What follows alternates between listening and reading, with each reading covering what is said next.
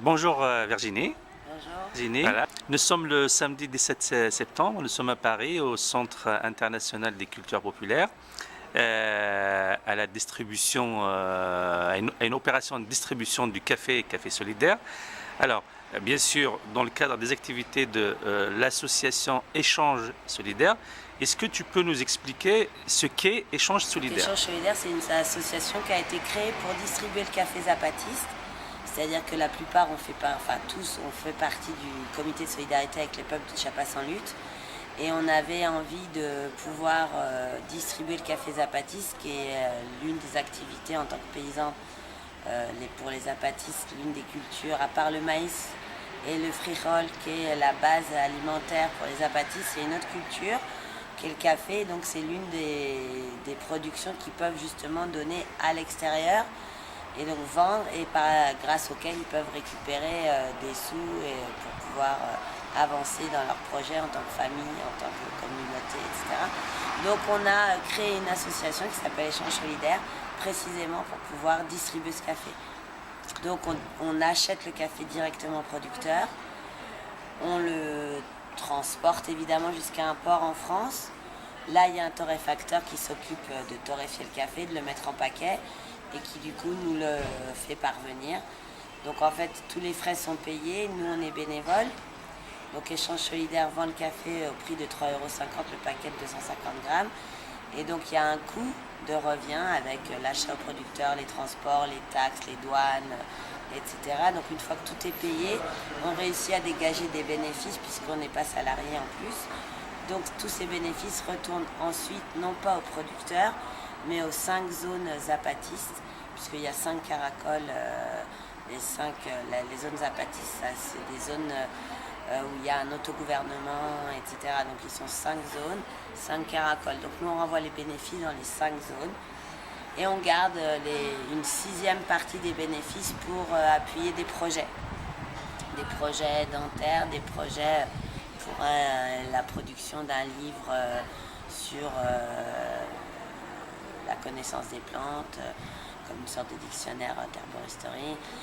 Il y a tout un tas de projets qu'on peut appuyer comme ça de façon plus ponctuelle. Donc c'est cette 6e part des bénéfices. Sinon les 5 autres parts sont versées aux 5 caracoles. Donc on achète le café aux zapatistes et nous on a surtout créé un réseau de consommateurs ici pour pouvoir le distribuer. Puisqu'on n'a pas de boutique, qu'on n'est pas salarié ni rien, il a fallu créer un réseau d'acheteurs, de consommateurs. Et donc il y a une journée spécifique qui est dédiée à la distribution de ce fameux café, qui est donc aujourd'hui le 17 septembre. Il y a d'autres personnes qui achètent le café en France, donc on leur envoie par colis postal. Donc ça c'était hier, on a fait nos petits colis pour envoyer aux différentes personnes en France. Et aujourd'hui, le 17 septembre, on le donne aux personnes qui sont sur la région parisienne. On en profite pour vendre de l'artisanat zapatiste, du cuir ou des coussins ou des vêtements. Et puis on invite d'autres associations qui sont en lien avec la lutte indigène au Mexique, comme la Bilpa ou le CSIA, ou encore d'autres compañeros qui sont attachés à la défense des peuples, comme entre ici et là-bas, qui est plus lié à la Palestine ou au Pays Basque, une autre association. Donc voilà, on essaye de faire une journée où on a également des projections. Donc une journée où on peut naviguer entre différents continents et différents peuples en lutte grâce à cette journée de distribution de café. En fait, pourquoi ce soutien aux zapatistes, hein?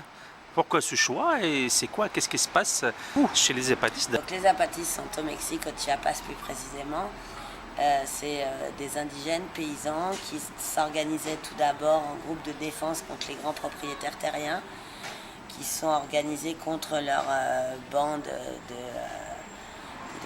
comme on pouvait les appeler, les gardes blanches. Donc en fait, du coup, ces grands propriétaires avaient leur petite armée, les indigènes exploités, soumis, etc., qui s'organisaient jusqu'à ce qu'ils rencontrent des guérilleros victimes de la guerre sale des années 70-80, qui s'étaient réfugiés au Chiapas et qui donc, cette fusion entre ces guérilleros et les paysans qui voulaient ne pas se soumettre et pas, en tous les cas, continuer à être soumis, sont organisés jusqu'à former le zapatisme et donc le soulèvement du 1er janvier 1994. Donc ce jour-là, les zapatistes, puisqu'ils sont devenus les zapatistes, donc ces paysans alliés à, par exemple, une figure qu'on connaît beaucoup, c'est le sous-commandant Marcos, qui est justement la figure guérillériste qui, elle, a changé au contact des zapatistes et des Indiens, du moins, et pour justement former ce mouvement qui est un petit peu innovant, c'est-à-dire qu'en 1994, il n'y avait plus de revendications communistes ou socialistes, ça n'avait plus lieu d'être après la chute du bloc. En même temps, les indigènes, ils avaient complètement la légitimité pour défendre leurs droits à leur manière, donc ça semblait évident pour eux de pouvoir mettre en avant un certain nombre de valeurs qu'eux avaient à défendre, et donc il y a eu cette rencontre. Et donc Marcos, il a pu apporter un rapport technique, une lecture de l'histoire de ce monde qu'ils connaissaient, et eux, les indigènes, leur vision, leur rapport à la terre-mère, la terre qu'on ne vend pas. Et donc en fait le 1er janvier 1994, ça correspond à l'entrée du Mexique dans l'ALENA, du traité de, l'inauguration du traité de libre-échange de l'Amérique du Nord, Canada, Mexique, États-Unis. Donc évidemment, en fait, ils ont choisi ce premier jour pour se soulever, pour dire non à ce monde capitaliste et aussi revendiquer leurs droits en tant qu'indigènes, et donc dire non à l'impérialisme, le colonialisme, le post-colonialisme et à toutes ces formes de discrimination et d'oppression. Donc voilà, ça a été en 1994 quand même un événement très fort, après la chute du bloc en 1989, d'avoir des paysans indigènes qui se soulevaient pour dire il y a une autre solution que le socialisme et que le capitalisme, évidemment. Et donc il faut la construire ensemble. Donc eux, ils n'avaient pas de solution, et c'était ça aussi l'innovation, c'était de pouvoir dire la solution, elle n'est pas armée, elle est politique, nous on ne l'a pas, mais il faut la construire ensemble. Et nous, on a trouvé ça très intéressant comme possibilité de s'immiscer dans le champ historique, dans la lutte et dans la construction de notre avenir. Et donc voilà, on s'est retrouvés de façon assez évidente, solidaires avec les zapatistes, et petit à petit acheminer l'idée de distribuer ce café. Mais donc depuis le 95 où le comité a été créé, l'échange solidaire, la question du café et de la distribution n'est venue qu'en 2002. Donc voilà, il y a eu tout un parcours du comité de solidarité, dans un premier temps, à les soutenir, à informer, à nous s'informer de tout leur processus de lutte, et jusqu'à en venir à pouvoir créer cette association pour pouvoir les aider, ce qui est aussi entrer dans une relation à la question de l'autonomie, qui est du coup dans cette guerre qu'ils ont livrée à l'État et au capitalisme, l'autonomie étant une réponse première et importante à soutenir. Et donc le café, c'est important de soutenir cette production, puisque c'est la seule production qu'ils peuvent exporter ou du moins vendre, puisque le reste, il s'agit de production pour l'autosuffisance. En fait. Alors, donc, l'opération que vous effectuez ici en France, d'ailleurs, bon, est-ce que vous l'effectuez juste en France ou dans d'autres pays d'Europe? Il y a d'autres groupes qui s'en occupent dans d'autres pays. D'accord, mais vous vous occupez juste de la distribution en France. Après, il se trouve de façon exceptionnelle, là, à Barcelone, il n'y a plus de collectif réellement, donc il y a quelque chose qui est en train de se remonter, donc ils passent par nous. Il y a aussi les groupes de Belgique où ils sont petits, donc ils achètent avec nous. Sinon, a priori, on distribue qu'en France. Après, effectivement, on achète pour des pays qui ont des plus petites quantités. Vous distribuez en France. En Corse, vous distribuez ou pas? S'il y a des acheteurs en Corse, bien sûr. Donc vous vous occupez de la France et de la Corse, hein? Oui, bien sûr. Pays Basque, si, aussi? Au Pays Basque? D'accord, très bien, très bien. Donc finalement, il n'y a pas que la France finalement. Non, il y a la Bretagne aussi qui se défend pas mal. Très bien, très bien. Il y a un beau réseau de distribution. Donc vous êtes un réseau international finalement. Finalement, de toute façon, il n'y a pas de frontières. D'accord, très très bien. Alors maintenant, moi je voudrais savoir qu'est-ce que votre action, hein, notamment principalement cette action de distribution du café, apporte de concret aux paysans sur place, Et comment ils apprécient, comment ils prennent cette action? Comment ils apprécient, ils prennent. Je vais pas pouvoir parler à leur place. Par Vous avez contre, quand même des échos quand même depuis. Hein? non, mais Vous ce qui avez est des- clair, c'est qu'en Ouais. fait, si eux, ils ont décidé ou accepté de nous vendre leur café, c'est que dans un premier temps, ils évitent d'acheter, de vendre, pardon, au coyote, ce qu'on appelle le coyote, qui est un intermédiaire, qui est un mec qui leur achète directement dans le champ à bas prix Ah. et qui, du coup, lui, par contre, s'engraisse énormément puisque c'est un intermédiaire et donc Ouais. il va revendre ce café. Nous, précisément, on est des gens qui achetons aux producteurs à un prix qu'on a discuté avec eux, sur lequel on s'est mis d'accord. En général, c'est le prix qui a été donné par les producteurs, forcément supérieur au coyote, en même temps en restant dans des limites raisonnables de manière à ce que nous, on puisse le vendre à un prix encore raisonnable tout en faisant des bénéfices. Bien sûr, ouais. Et en payant les transports, les douanes et tous les frais. Ouais. Puisque ce marché ne peut pas s'extraire, puisque c'est une exportation de marchandises, des tonnes de café, on ne peut pas s'extraire du système. Ouais, réellement. bah oui, non, malheureusement, Le seul truc qu'on a pu abolir dans ce principe-là, nous, en tant qu'échange solidaire, c'est d'abolir les intermédiaires. Donc nous, on achète aux producteurs, on paye ce qu'on est obligé de payer, et ensuite États, on ouais. distribue. On le distribue et grâce à ça, tous les acheteurs le savent, il y a une part de bénéfice qui est faite. On ne leur revend pas net, on pourrait le faire, mais notre objectif c'est de pouvoir récupérer des bénéfices de manière à ce qu'on le renvoie à toutes les communautés et à toutes les zones zapatistes, sachant que tous les zapatistes n'ont pas de café. Il y a des régions qui n'ont pas de café, donc en fait en achetant à un bon prix et en respectant aussi les compasses, en ayant une relation de compagnérisme et pas d'acheteur-vendeur. D'abord, ça change aussi le quotidien de savoir qu'on est en train de vendre à des gens et de produire pour des consommateurs qui sont solidaires, qui ont une conscience.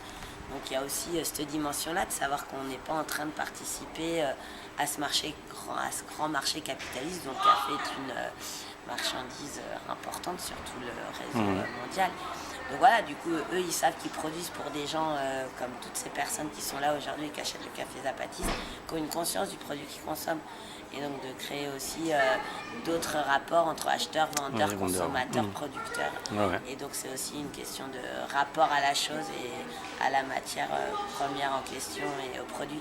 Et donc pour les communautés, le fait de ramener des bénéfices à des communautés qui produisent rien, c'est forcément la possibilité de les aider à développer leur projet d'autonomie. D'accord. Très bien. Donc vous avez des interlocuteurs au niveau de toutes ces communautés. Les Ouais. coopératives zapatistes, coopératives, et d'accord, puis ouais. ensuite quand on ramène les bénéfices, dans les 5 juntas, donc dans les 5 assemblées de gouvernement de ces 5 caracoles dont j'ai parlé tout à l'heure. Alors Ah, maintenant, celle ou celui qui veut acheter votre café, en fait le café zapatiste, en dehors de la distribution d'aujourd'hui, qu'est-ce qu'elle doit faire?